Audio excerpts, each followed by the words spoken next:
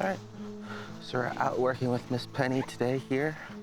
Just gonna do some follow, some recall, some touch. Yes, good girl.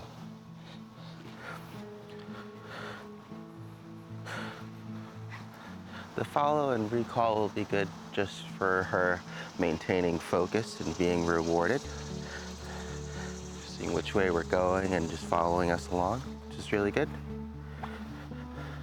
The recall, of course, to help get her attention when she is distracted by things going on around her, which is why we're outside practicing. Oh, we got a puppy over there. Hi. You want to go say hi?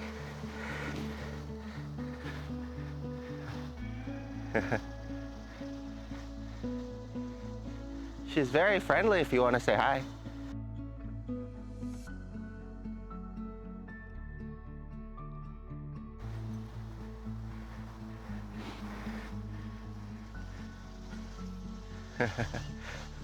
Oh, how old's your puppy? Oh, she's 4 months. So about the same. Hi. Wait. Really? He seems so calm. Oh yeah? No. He's too young to be bad. There he goes. Girl. Mm-hmm.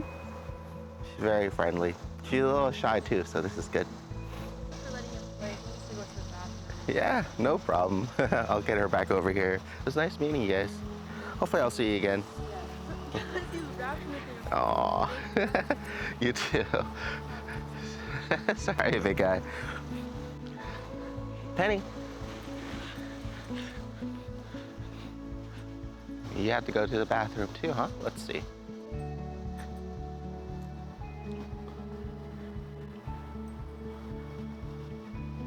Maybe.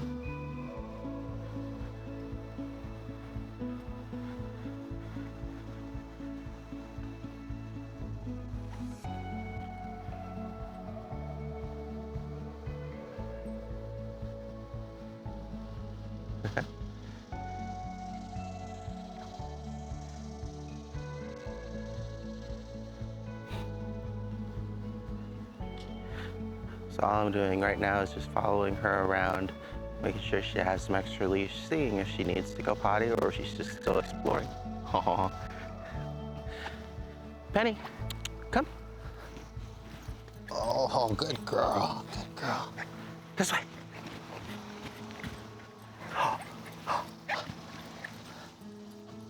Good girl. So usually making recall a little bit more fun and engaging really helps. Especially in more distracting environments. Good girl. Touch. Yes. Good girl.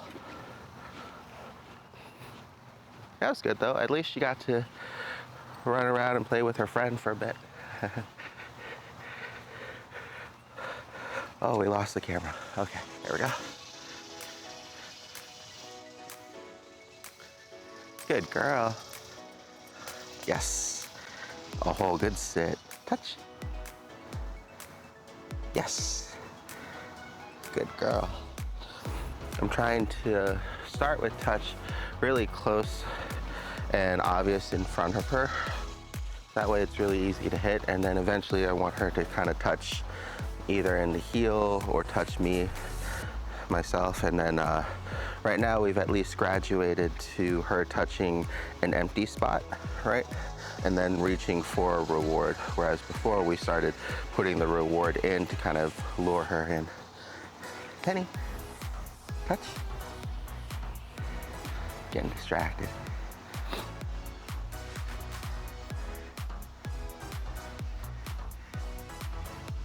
Good girl.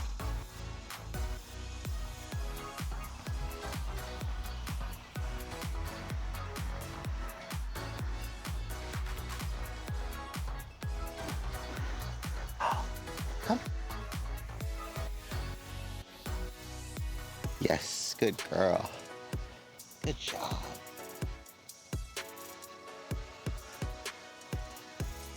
Trying to get outside and practice a little bit with all the distractions and some more open area before it gets too hot out. Fortunately, it's already starting to get too hot out.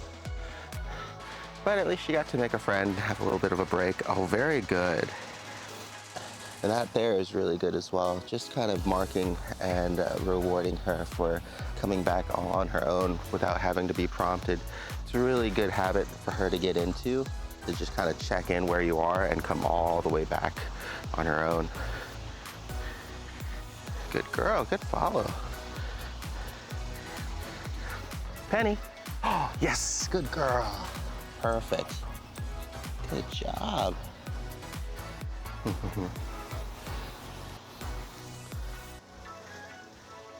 There we go. Just want to make sure she didn't get tangled up.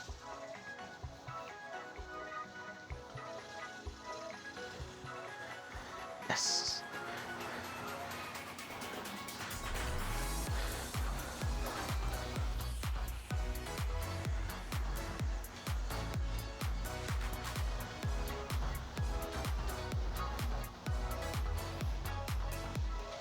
So, once again, just letting her have her time of freedom, explore, get distracted by things.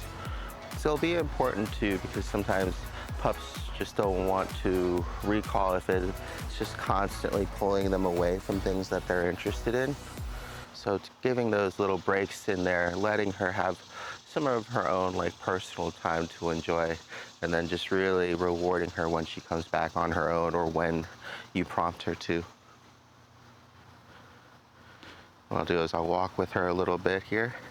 Then as soon as I turn, Penny, oh, yes, good girl. And what that'll usually do is help to kind of force that focus. She sees my movement kind of going away from her, and we kind of trigger that, that chase instinct of hers to kind of follow after us to play and engage. So, you know, the opposite of when, you know, we usually have problems with recall because we ask them to come and then we go towards them and then they want to actually run away as part of the game. And so we take that and we kind of make the opposite happen. We ask them to come and then we move further away, kind of forcing them to chase us, making it more of a fun game for them to play. Good girl, come. Come. Oh, good job. Good girl.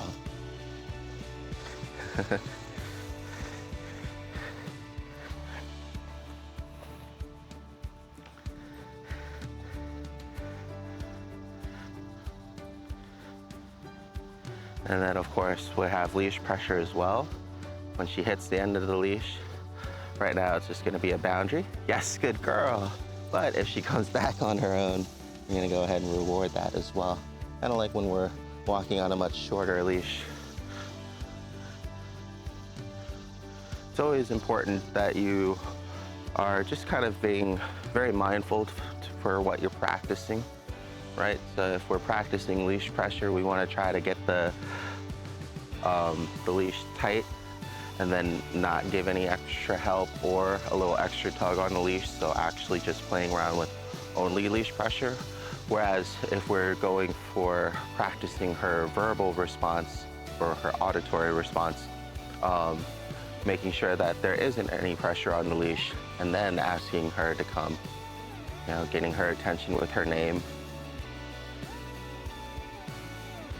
She is sniffing around, so, oh, good girl. Oh, good girl.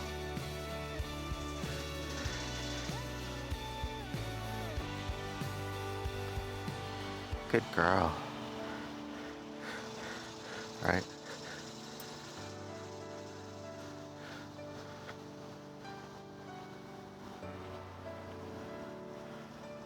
Now we're gonna hit the leash pressure here. Oh, good girl, come here. Good job. That's a good girl.